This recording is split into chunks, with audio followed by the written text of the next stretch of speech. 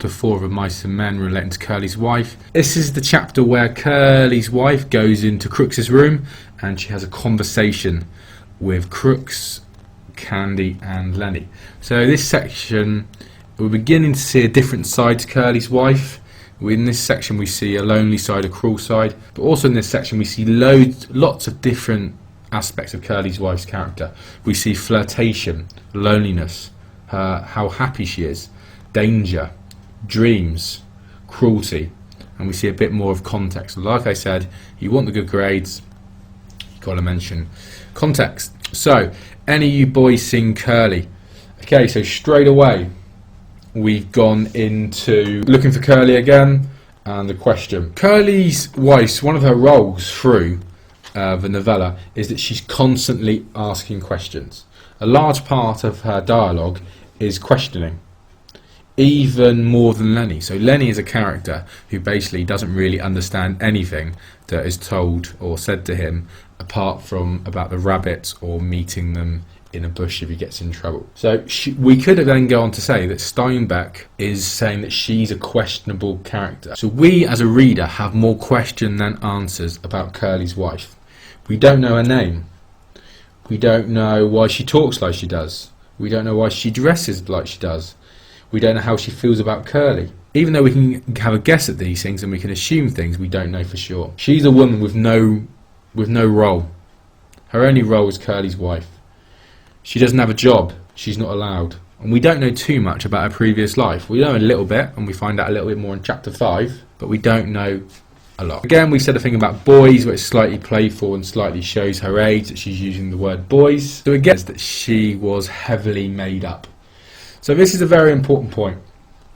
Even though Curly and the men are out of town at a brothel, this is showing that she's still trying to get attention from anyone. So there's no possible way, well, it is a possible way, but it's very unlikely that she is attracted to Crooks, Candy or Lenny. However, she's still trying to dress in a sexual way. She's still trying to get attention from anyone, which shows her loneliness. She has her eye on Lenny. Like I say, not for any sexual reason, but she knows from the earlier chapters, the earlier podcast, we know that Lenny is interested in her. He is her best option for getting the attention she wants. So she breathed, so her lips were slightly parted, she breathed strongly. So that's a little bit of a sexy, a little bit of a flirty vibe. But we could say maybe she's breathing strongly because she's a bit nervous. Maybe she's breathing strongly because maybe she's seen the guys go out of town, and maybe she looked through the window and she's run down to the barn because she run down to Crooks' rooms because she's so desperate to speak to someone. One thing we've got to remember is, at this point, that Curly's wife, her husband, after 2 weeks of marriage, has gone to a brothel to sleep with prostitutes. So we've got to remember that a lot of people were saying she's a bitch, a lot of people were saying she's a czar who deserves what she gets, and maybe you even think that. But remember, she's a girl not older than 19. She's well out of her depth with a husband who is horrible to her, and a place she doesn't like. She hates being on the ranch. She basically got married to Curly because out of spite for her mother, because she thought her mother had taken a letter from her. So even if you do think jailbait or poison, remember, like I said in chapter 2, at this point, everything we know about Curly's wife has come from rumour or has come from the other male characters who are scared of losing their job because of her. Curly ain't been here, Candy said sourly. So this adverb is, again, it's another cruel one to put Curly's wife down. So he can't bring himself to be nice, Candy. Sourly. So sourly basically means miserably. Just can't bring himself to be nice to her. She stood in the doorway, smiling a little at them, rubbing the nails of one hand with the thumb and forefinger. She stood in the doorway is a character choice that Steinbeck has made. So think to yourself, she doesn't enter. So why doesn't she leave the doorway? So one possible reason could be that she's slightly anxious or slightly sort of scared or threatened by the fact that she's outnumbered 3-1. Even though she probably thinks she's above them, still the 3 men, maybe she thinks to herself, oh, I don't want to go in there. It's a bit of a tense situation, and the doorway gives her an easy exit if the conversation doesn't go too well. My personal opinion, and one that you may subscribe to, or you might think I'm talking a lot of nonsense, is I think the stable is a metaphor for the world of men. So where they are now, Crooks' stable, is a metaphor for the world of men. She sees her house as a prison, and she only spends time there under Curley's rules. So Curley is like her warden. The stable is a metaphor for the world of men. Her house is a metaphor for prison. And the space between, so where she is now, the space in between is where she can freely do what she wants. She is under no one's rule. She likes to stand in the doorway to talk to men, because she goes in the stable, goes in the bunkhouse, or goes in wherever. She's not a part of that world because she's a female. So she stands in the doorway, so she doesn't cross that boundary, as she's not a member of the world of men. John Steinbeck is showing she's not wanted there because the men are scared. So remember, a metaphor of the bunkhouse or the stable, that's the world of men. Her house is a prison. Everywhere in between is her domain. She can go there, she can do what she wants. And her eyes travelled from one face to another. So this basically means that she's given the men eye contact. So maybe she thinks that because she's an attractive woman, she can exert power over the men by looking them all directly in the eye. They left all the weak ones here, she said finally. Think I don't know where they went? So that's an interesting point. She's basically, first of all, it's a criticism, isn't it? It's a put down by saying that, it's an insult by saying that they're below her, that they're weak men, which obviously the guys wouldn't like. But also it's ironic because it's debatable whether she knows it or not, but she's been left behind, which means she is one of the weak ones that she's grouped herself into. I would say that she probably does know it. That's why she's so depressed and so sad and so miserable, that she knows that she's seen as weak. So that could be personally, or in a context wise, it could mean just because of her gender. It's like I said, it's an insult to the three guys. What does it say about the marriage that Curley, her husband, after 2 weeks has gone to a prostitute? It would probably insinuate that they don't have sex. So that basically would say the romance has never really existed. And it's up to you whether you decide that she's come in as a predator or to be a sympathetic character. Okay, so funny thing, she said, if I catch one man and he's alone, I get along fine with him. But just let two of the guys to get together and you won't talk. Okay, so that shows shows us the experience that she's done this before. Maybe she's tried this with other men. All men leave her alone. It might show us maybe experience that she's probably been in this position before she came to the ranch. Maybe she's talked to other men and other men have felt sort of threatened by her. After a pause, Crooks says, maybe you better go along to your house now. We don't want no trouble. This is after she's basically said all the men are scared of each other. They're scared that man world after the American dream, that she thinks that all men are after one thing, all men are just after for what they can get. And then Crooks says, maybe you better go along now to your house now, we don't want trouble. So you could either say he's saying this because he wants to get rid of her, or you could say he wants her to go because actually she's hit a nerve, that actually the truth hurts and he doesn't want to think about that, he just wants to brush it underneath the carpet. So, well, I ain't giving you no trouble. Think I don't like to talk to somebody every once in a while? Think I like to stick in that house all the time? So two rhetorical questions in a row, once in a while, question mark, house all the time, question mark, is basically to try to get them to respond, and also get to the reader to think about it. To think about, by this point, all we've been told that she's a tart and she's promiscuous. By this time, we're beginning to see a different character. Another thing you could comment on is that of the characters, Curley's wife is the one that uses the most contractions, so shortened forms of the word, so ever, all the time. So she does it the most. And we could probably comment on this, that the contractions denote or infer a lack of education and also where she's from. So they're asked about Curley, they keep going on, and then she says, yeah, I've got a husband, you all see him, swell guy, ain't he? So obviously that's a sarcastic tone, but also shows us the first time what she really does think of Curley.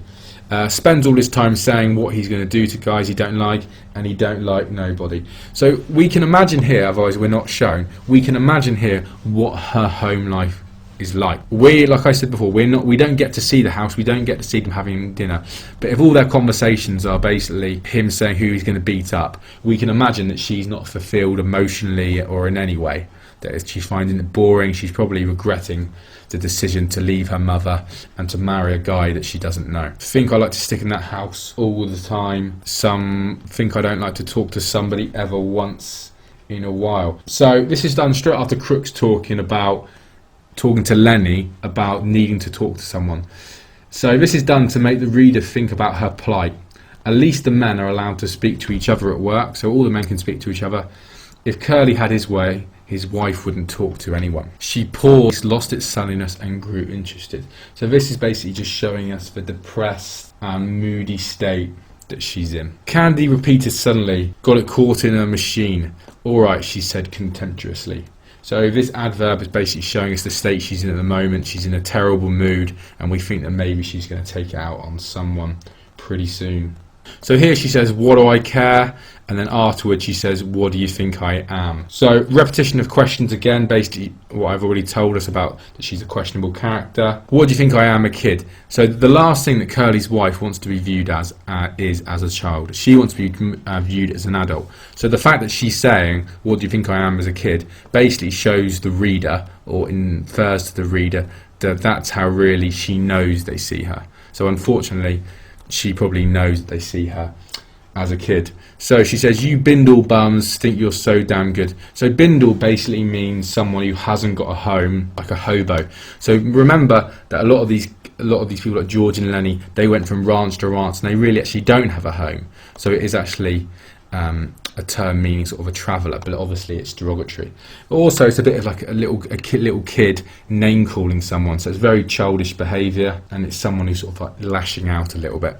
And again down here she starts to sort of go again with the name calling, even worse, standing here talking to a bunch of bindle stiffs, a nigger and a dum-dum and a lousy old sheep. I'm liking it because there ain't nobody else. A massive quote there, because there ain't nobody else. She's so lonely that she knows that it's almost that she is with the weak ones, but she quite likes the fact that she's got a bit of power with them.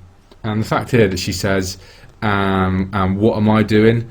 She asking these questions, and because they're trying not to get in a conversation, she has to answer her own questions, which is a little bit sad.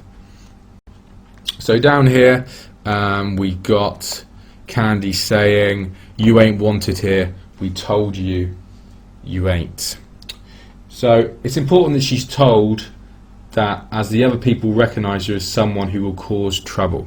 So it's important she's told that, as the other guys are telling her that she's going to cause trouble, or she's going to throw a span in the works. So the pronoun of we, so we told you, that's important because it's shown that it's not just one of them, it's the collective who thinks she's trouble, it's the collective, it's all of them who want her to go. So Curley's wife laughed at him after all that. Baloney, I've seen too many of you guys. So even though she's young, she's got experience. Steinbeck's showing here that even young people have seen guys with their dreams fail. So even young, naive people realise that the American dream doesn't work. They've seen too many of these guys with their dreams fail and waste, and shows how hard life was in 1930s America. Curley's wife relegates all the characters in this scene to other bums or other guys that she has seen. So it's important, if you talk about this in your controlled assessment, you can reference the American dream. That basically Steinbeck is saying that you're not gonna make your American dream. It's also ironic because she's not going to achieve her dream. She doesn't realise that, but her dream of being an actress, she's basically criticising them and saying, oh, you're never ever going to get your dream, but she's never going to get her dream either. Okay, if you had 2 bits in the world, why'd you be getting 2 shots of corn with it and sucking the bottom of the glass? So basically they're saying that these men are never going to do what they're going to see through what they said they're going to do. All the men just waste their time or waste their money. I know you guys. So again, that shows your experience, but also it shows us how low opinion she has of men. So she doesn't really think very highly of men at all. I might have knew, he said gently. Maybe you just better go along and roll your hoop. So this shows how everyone perceives Curley's wife. So roll a hoop is basically an old kids game, old children's game, which I'll put on the screen now, which obviously like very young children. So this is a little bit of Candy getting his own back.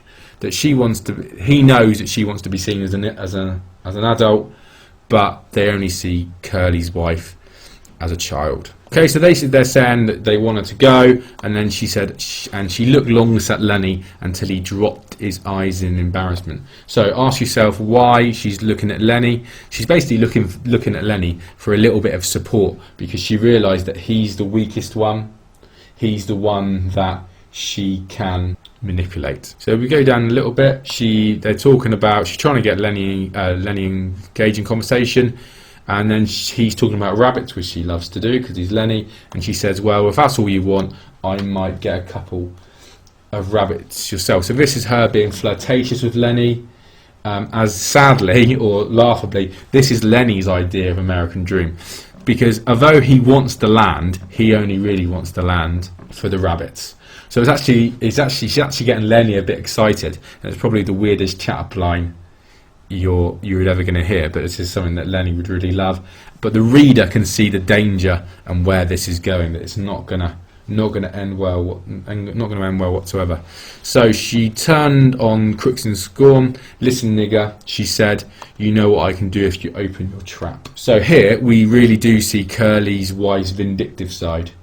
She lets it linger as well. So she says, she calls him all this stuff, then he stares at her, so she almost lets him suffer from it.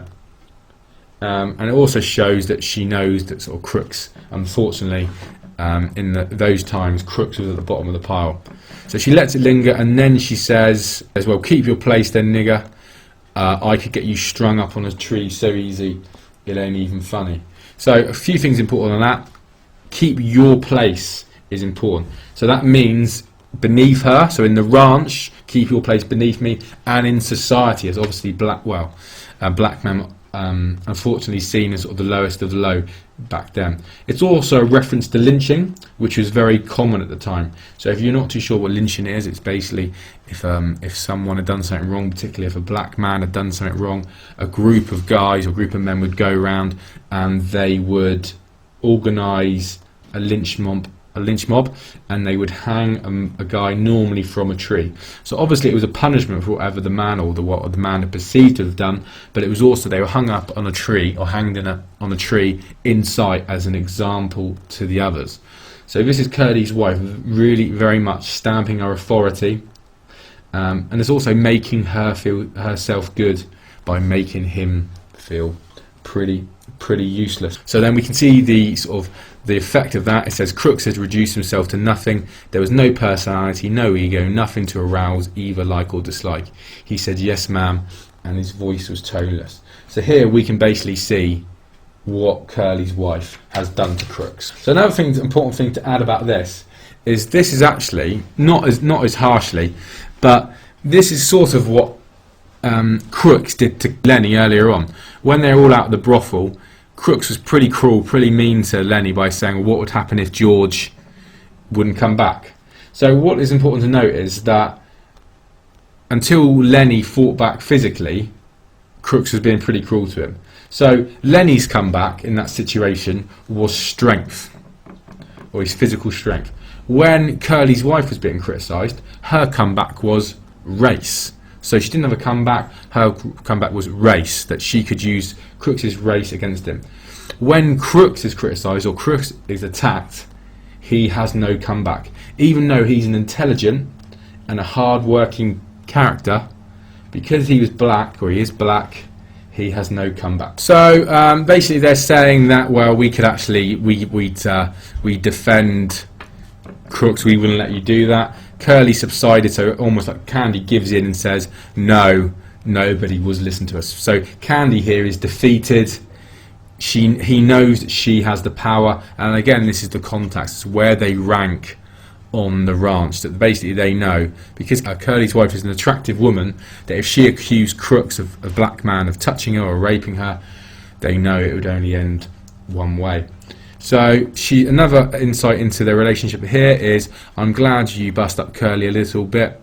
He got it coming to him. Sometimes I like to bust him himself. So imagine this is someone who's been married for 2 weeks. So we can show the extent of their relationship, how dreadful their relationship is. She slips out, she goes out into the dark barn. So again, light is an important theme or important metaphor or symbol used throughout a novella. So basically we can say that she's the darkness again. So she's going to be the darkness that's going to block their light, that she's going to block their dreams, that the darkness, this darkness, is going to cause trouble. So as she went through the barn, the halter chains were rattled and some horses snorted and stamped their feet. So basically this animal imagery is reflecting how the men feel. So it's almost like the men are snorting and stamping their feet.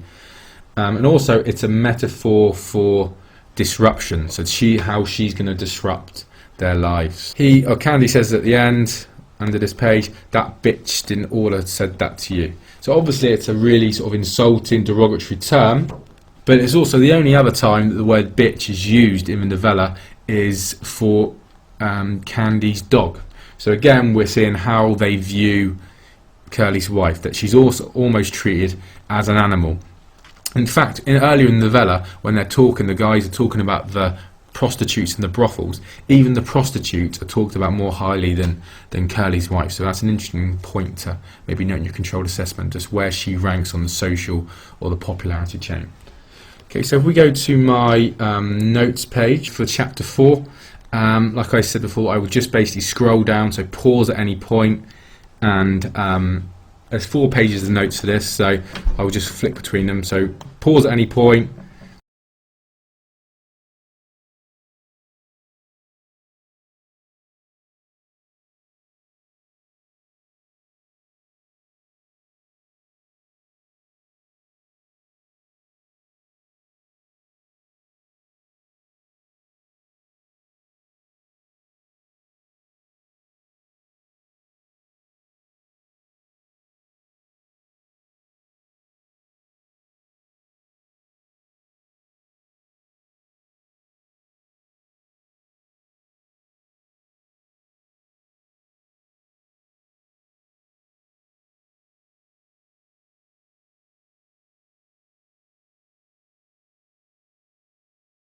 Okay, that's it for chapter 4. Hope you enjoyed it. Hope you got a bit more information, bit more info on the underlying themes and the analysis, and help for your controlled assessment.